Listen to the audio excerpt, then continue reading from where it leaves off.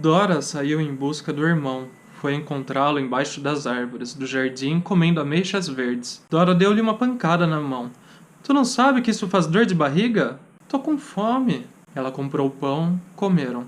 A tarde toda foi uma caminhada de um lado para outro à procura de emprego. Em todas as casas diziam que não. O medo da varíola era maior que qualquer bondade. No começo da noite, Zé Fuinha não se aguentava mais de cansado.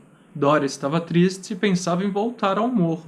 Ia ser uma carga para os vizinhos pobres. Não queria voltar.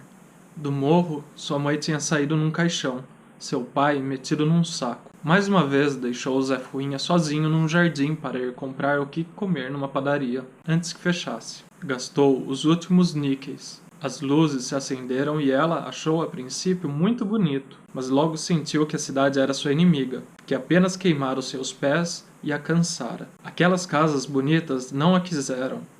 Voltou curvada, afastando com as costas das mãos as lágrimas. E novamente não encontrou Zé Fuinha. Depois de andar em volta do jardim, foi dar com o irmão, que espiava um jogo de gude entre dois garotos, um negro forte e um magrelo branco. Dora sentou num banco e chamou o irmão.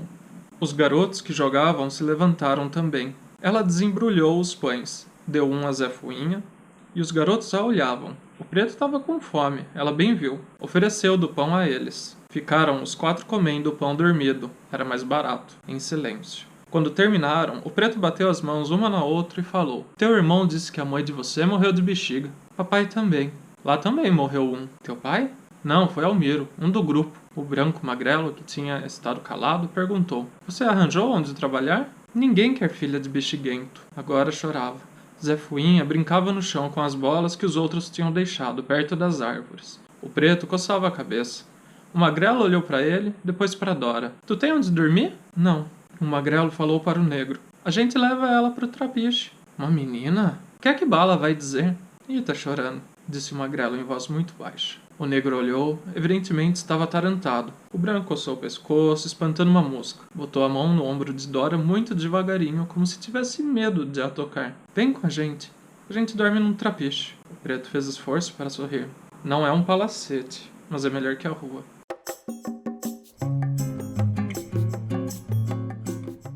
Olá pessoal, eu sou o Rafael Nores, editor do Família Palmito e pai do Miguel, de 7 anos. Hoje estou aqui para continuar a minha série de leitura paterna 2018, que eu escolhi 12 livros, um para cada mês. O desse mês passado, março, foi Jorge Amado, Capitães da Areia. Livro super famoso por causa de vestibular.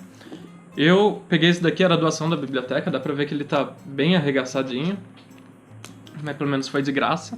E eu demorei pra ler exatamente porque era uma leitura obrigatória de vestibular, então eu ficava sempre deixando pra depois. Por mais que eu admirasse o Jorge Amado, né, pela atuação dele política, pelo relacionamento dele com a Zélia Gattai também, que é outra escritora que eu admiro muito. E agora com essa série, eu me esforcei pra ler e no fim das contas, quando tudo começou, acabou não sendo nenhum esforço. O livro é uma pancada, ele acompanha a história de um grupo de meninos que moram nas ruas, né? Eles vivem de furtos, eles brigam com a polícia, fogem de reformatório e não tem exatamente um protagonista, porque acaba sendo todo o grupo, tem uma grande relevância e é muito explorado na história. E tem crianças muito diferentes uma da outra. O Pedro Bala, que é o líder do grupo, ele mora na rua desde que o pai morreu numa greve que teve no Porto, onde ocorre a história. Tem o Sem Pernas, que é um menino coxo, que ele nunca teve família, ele morou com um padeiro um tempo e fugiu, apanhou de polícia, foi espancado, humilhado exatamente pela deficiência física. Tem o Pirulito, que era um dos mais cruéis meninos da turma, e quando ele entrou em contato com um padre que visitava eles bastante, ele acabou se convertendo e se tornando muito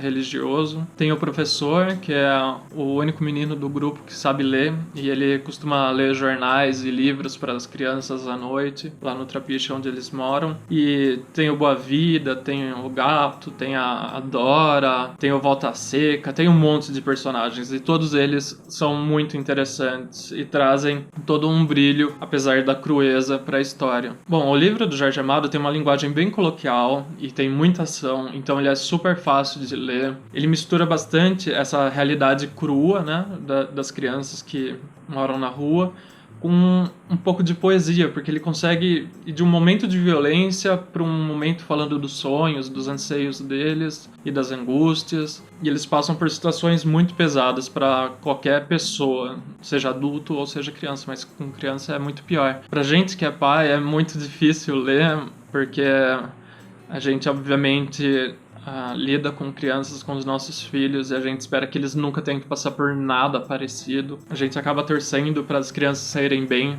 dessa história. É uma história que acompanha um período grande de vida deles, né? Aqueles romances de formação. Para algumas crianças acaba bem, para outras não, né? Sem spoiler.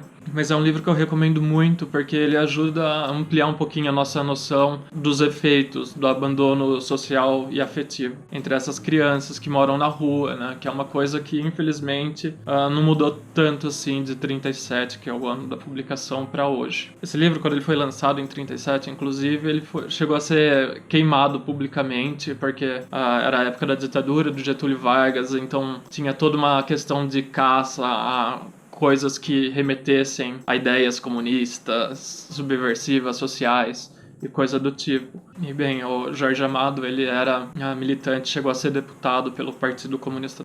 Ele traz muito dessa vivência dele política mesmo para a obra, né? Só que essa vivência só enriquece ainda mais a história por causa do conhecimento que ele possui desse público, né? E é uma história que mistura muito, além das crianças, a questão de cultura popular, a questão de religiões, principalmente as religiões afro, como o candomblé, né? E que também era mal visto pelos olhos da sociedade. Ele coloca bastante esses conflitos. Bom, é uma história muito rica, eu adorei ter lido, fico feliz de eu ter me esforçado para começar a ler e botar nessa minha série de leitura, porque foi muito importante. E agora, para abril, o livro que eu vou ler é esse daqui, Família, Urgências e Turbulências, do Mário Sérgio Cortella, para desanuviar um pouquinho o coração e pegar algumas dicas práticas para como lidar melhor com questões da família depois dessa turbulência que foi ler o Jorge Amado. É isso, pessoal, até mais, espero que tenham gostado, deixem nos comentários se vocês já leram ou não, e até mais, tchau, tchau!